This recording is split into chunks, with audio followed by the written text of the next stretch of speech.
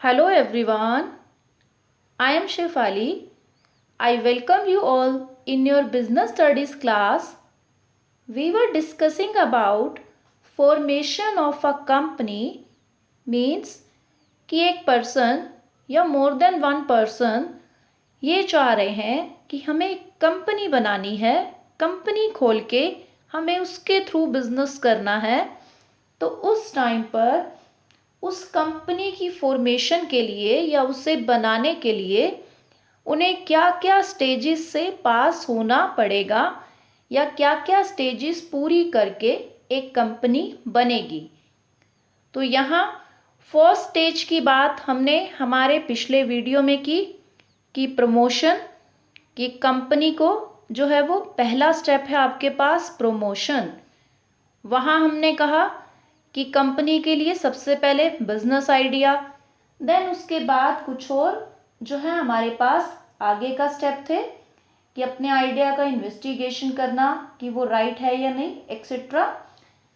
तो प्रमोशन का जो स्टेज है या जो वो स्टेप है उसको पूरा कर लेने के बाद अब आप पूरी तरह से श्योर हो कि आपको इस आइडिया पर चल के अपनी कंपनी को स्टार्ट करना है।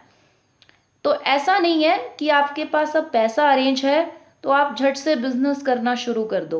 नो, क्योंकि ये कोई पर्सनल बिजनेस नहीं है आपका, आप एक कंपनी खोलने जा रहे हैं जहाँ पर हो सकता है कि आप कल को पब्लिक को भी कहेंगे कि वो आप उनसे शेयर जो है उन्हें सेल करके उनका पैसा भी आपकी कंपनी में लग सकता है। तो इसीलिए कंपनी के लिए एक पूरा लीगल प्रोसीजर आपको फॉलो करना पड़ता है। उस लीगल प्रोसीजर पर चल के ही आप अपनी कंपनी को खोल सकते हो। उसके लिए आपको चाहिए एक सर्टिफिकेट ऑफ इनकॉर्पोरेशन, या फिर सिंपल शब्दों में आप ये भी कह सकते हो सर्टिफिकेट ऑफ रजिस्ट्रेशन या सर्टिफिकेट ऑफ इनकॉर्पोरेशन। ये सर्टिफिकेट आपके पास जब तक नहीं है तब तक आप लीगली अपने आप को एक कंपनी नहीं कह सकते अपने बिजनेस को। तो इस सर्टिफिकेट को पाने के लिए आपको अपनी कंपनी करवानी पड़ती है रजिस्ट्रेशन करवाना पड़ेगा। रजिस्ट्रेशन को इनकॉर्पोरेशन भी कहा जाता है। उसके लिए आपको करना क्या है, हर एक स्टेट में रजिस्ट्रार ऑफिस खुले होते हैं। उस रजिस्ट्रार ऑफिस में आपको एक एप्लीकेशन देनी है। उस एप्लीकेशन के साथ जो भी डॉक्यूमेंट्स आपसे मांगे जाएं, जो डॉक्यूमेंट्स और उनके साथ एक प्रिस्क्राइब्ड फीस होगी, वो फ़ी आपको पे करनी है। देन आपको जो है वो रजिस्ट्रार ऑफिस से वो सर्टिफिकेट मिलेगा। उसके बाद आप अपना बिजनेस जो है वो स्टार्ट कर सकते हो एज अ कंपनी। तो यहाँ आपको इस सर्टिफिकेट को पाने के लिए जो है वो कुछ पहले करनी होती हैं प्रीलिमिनरी एक्टिविटीज़। यहाँ पर आपके पास हैं प्रीलिमिनरी एक्टिविटीज़। वो प्रीलिमिनरी एक्टिविटीज़ जो हैं आपकी पूरी होने के बाद आप अपनी अगली स्टेज पर आओगे जहाँ हम बात करेंगे डॉक्यूमेंट्स की, कि क्या क्या डॉक्यूमेंट देने पड़ेंगे उस रजिस्ट्रार ऑफिस में। अब डॉक्यूमेंट जमा करने से पहले हमारी तैयारी तो पूरी हो जाए कि जो जो डिपॉजिट करवाना है उससे पहले ये प्रीलिमिनरी एक्टिविटीज़ करके आपकी तैयारी पूरी हो जानी चाहिए। तो प्रीलिमिनरी एक्टिविटी में पहला स्टेप है आपका रजिस्टर्ड ऑफिस आपकी कंपनी का, कि आपकी जो कंपनी है उसका हेड ऑफिस कहाँ होगा। मेन जो हेड है आपका कंपनी के रहेंगे वो किस ऑफिस में बैठेंगे, हेड ऑफिस कंपनी का कहाँ रहेगा। तो मीन्स यहाँ पे आप ये डिसाइड करते हो कि आपका जो कंपनी है उसका हेड ऑफिस वही होगा जिस आप स्टेट में अपनी कंपनी को रजिस्टर करवाओगे, या बेसिकली कंपनी जिस स्टेट में है उसी के अकॉर्डिंग वो वहीं के रजिस्ट्रार ऑफिस से जो है वो रजिस्टर होगी। तो यहाँ पर ये बेसिकली आपका बेसिक पॉइंट रहता है फर्स्ट, कि कंपनी के जो है वो रजिस्टर्ड ऑफिस के बारे में जो है वो आपको देखना है कि कंपनी किस स्टेट में आपको रजिस्टर्ड करवानी है, किस स्टेट में आपका हेड ऑफिस रहेगा। देन आपके पास नेक्स्ट स्टेप रहता है decide the name of company. Name of company में आपको अपनी कंपनी का नाम रखना है।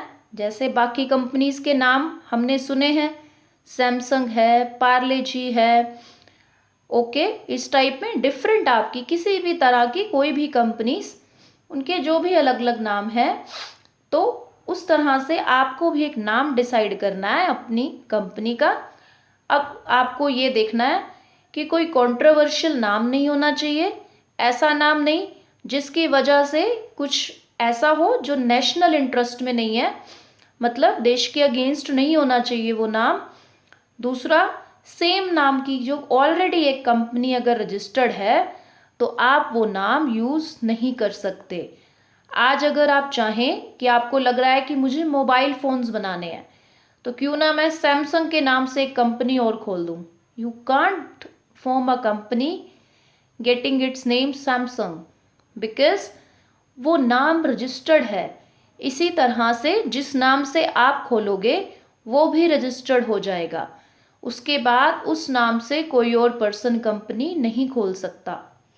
ओके, तो ऑब्जेक्शनल ना हो और सेम नेम की कंपनी ऑलरेडी ना हो एग्जिस्टिंग।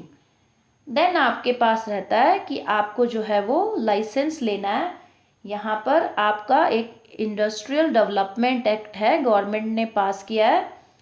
उस एक्ट के अंडर गवर्नमेंट ये कहती है आपको कि कुछ ऐसे एरियाज़ हैं जहाँ पर अगर आपको इंडस्ट्री लगानी है कोई ऐसी, तो उसके लिए आपको लाइसेंस चाहिए। वो बाकायदा गवर्नमेंट की लिस्ट है जिनके लिए आपको लाइसेंस की ज़रूरत है। तो अगर आप उस एरिया में काम बिजनेस करना चाह रहे हो तो आपको लाइसेंस के लिए एक एप्लीकेशन देनी होगी। इफ़ नॉट कि आपका बिजनेस अदर बिजनेस है, देन आप ये लाइसेंस वाला पार्ट स्किप कर सकते हो। उसके बाद आपको करनी है नेसेसरी लोगों की अपॉइंटमेंट, लोगों को अपॉइंट करना है। अब अपॉइंटमेंट में यहाँ किसको, स्टाफ की बात नहीं कर रही, वो तो शुरू करेंगे बिजनेस तब। यहाँ फिलहाल हम बात कर रहे हैं ब्रोकर्स की, जो आपको आपकी कंपनी के शेयर इशू करवाने में हेल्प करेंगे, जिससे आप पब्लिक को इनवाइट कर सकते हो कि वो आपकी कंपनी में आकर के इन्वेस्टमेंट करें, आपकी कंपनी के शेयर्स खरीदें। बैंकर्स की, बैंकर आपको हेल्प करेंगे। शेयर बैंक से ही लोग जो हैं वो खरीदने बेचने का काम शेयर का, वो बैंक के अकाउंट के थ्रू होता है, डीमैट अकाउंट होता है। लीगल एडवाइज़र जो आपको लीगली रूल्स के बारे में समझाएंगे, उन्हें अपॉइंट करना। ऑडिटर्स जो आपका डॉक्यूमेंट चेक करेंगे, तो ये सारी अपॉइंटमेंट्स आप करते हो। ऑडिटर हो गया, लीगल एडवाइज़र हो गए। ब्रोकर का मतलब होता है बिचौलिए, जो आपको शेयर्स खरीदने में आप जो है वो आपके शेयर्स बिकवाने में आपके हेल्प करेंगे।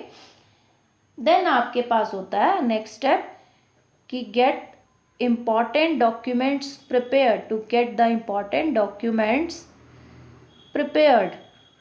अब इम्पॉर्टेंट डॉक्यूमेंट्स में यहाँ पर आते हैं आपके डॉक्यूमेंट्स, दो तरह के होते हैं। One is memorandum of association.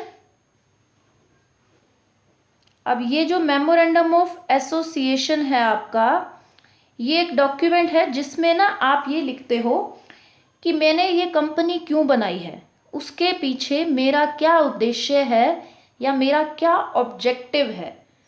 Okay, तो ये तो मेमोरेंडम ऑफ एसोसिएशन है, इसमें ये सारी इंफॉर्मेशन दी जाती है।